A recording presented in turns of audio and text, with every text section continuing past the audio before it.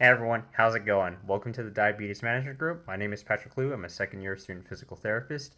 And before we get started in today's topic, which is going to be about how to reduce your stress if you have diabetes, please like this video, subscribe if you haven't already, hit that notification bell for updates, comment your thoughts down below, and share this video with anyone you think this would be helpful for.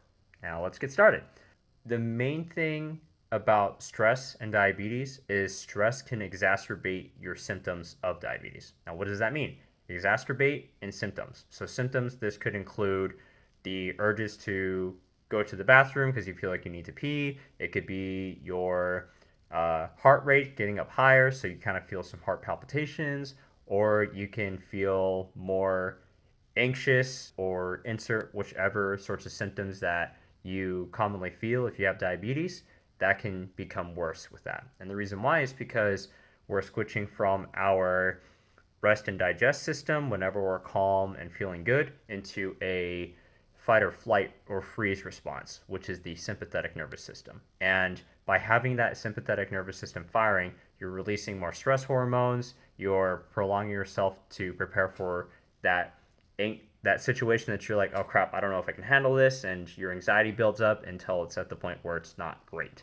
By having that prolonged stress and anxiety, that could actually negatively impact your sleep, ability to think rationally, and making decisions that are more well thought out, because it kind of shortens it up due to the anxious feelings and going along with that. And of course, the other thing that stress is associated with would be increases of your risk of heart disease, elevated blood sugar levels, and other red flagged markers associated with diabetes. So you may ask now, how can I resolve this? The things that has been researched and shown to be helpful for is practicing mindfulness and meditation.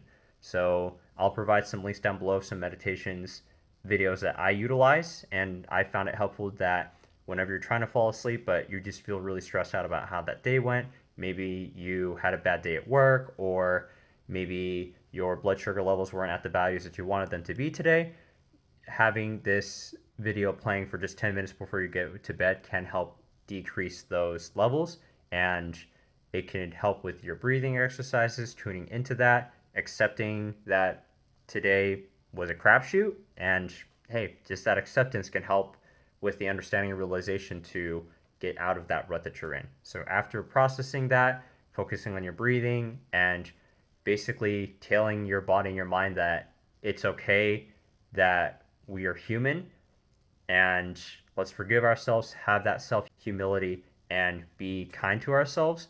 That can help with allowing our bodies to change from that stressed out state to more of a relaxed and more baseline and calm state.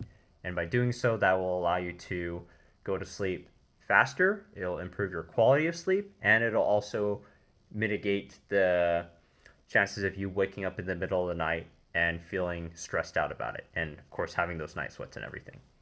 Now, a second tip that you can try and do is scheduling time for yourself. It can involve scheduling time inside of your calendar, or designating a time every single day. Like, let's say at 6 p.m. every single day, I'm going to practice like 5 minutes of a uh,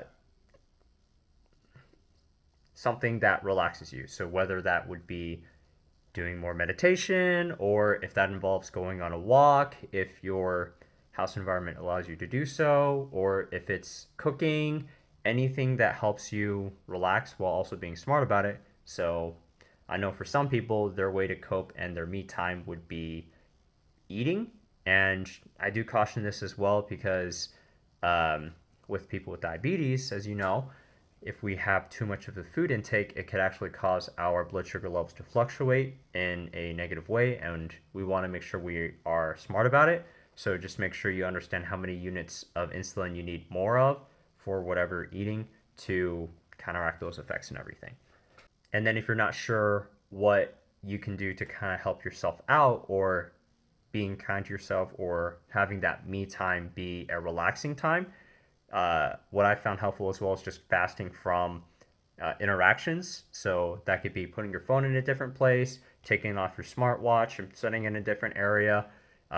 Maybe if you are someone who's more introverted and don't want to talk to your loved ones or anything like that, and you just need some alone time, like put yourself in a room where you're able to just sit, relax, and process what's going on, and just having a mantra going on saying, I am enough, I can make it through this, I got this. That can help with easing those symptoms that you have and changing your sympathetic nervous system to more of the parasympathetic nervous system to have more of that relaxed state and managing your stress levels. Another idea that you can have is maybe scheduling a day or half a day to fast social media. So sometimes whenever you go on social media, you see people that you may feel envious of, or uh, maybe you get exhausted and burnt out by seeing too many feeds and items that are on there that your brain is like, oh my gosh, so many things happen. I'm having more of a block. I need to just turn myself off. And that could reduce your feelings of feeling more energetic or energized and actually contribute to feeling stressed out, feeling more tired, and going on with that. So having a time where you would schedule a fast for your social media, so just turning off all notifications, that would help with allowing your brain and your body to relax and rejuvenate itself and recover from the energy that it has spent from the day looking at social media and help recover those levels. And of course, the last tip that you can do is incorporating some physical activity to help with calming down the system. I know it's a little bit counterintuitive because, like, well, exercise gets my heart rate up and does X, Y, and Z things. I do understand that. However, exercise also allows us to release some beta endorphins. So those are the feel-good natural hormones that our body produces. It also releases like dopamine and serotonin. So those other hormones that would allow us to like feel good. And by doing so, that could actually allow us to help get that stressors out of our system by finding another way to cope it out of there. So with the exercises, just also be aware that exercises is one of the ways to reduce your blood sugar levels without having your medications in there. So just kind of be conscientious about it. Look at the disclaimers in this video below to learn more about it and just kind of go from there. So anyways, I hope those tips were helpful, and feel free to give them a try and comment down below if you have tried them out and you found them helpful. If you didn't find them helpful at all, happy to have conversations as well with that too. And thank you all so much for watching this video. I hope you really enjoyed it, and I look forward to seeing you all in the next one.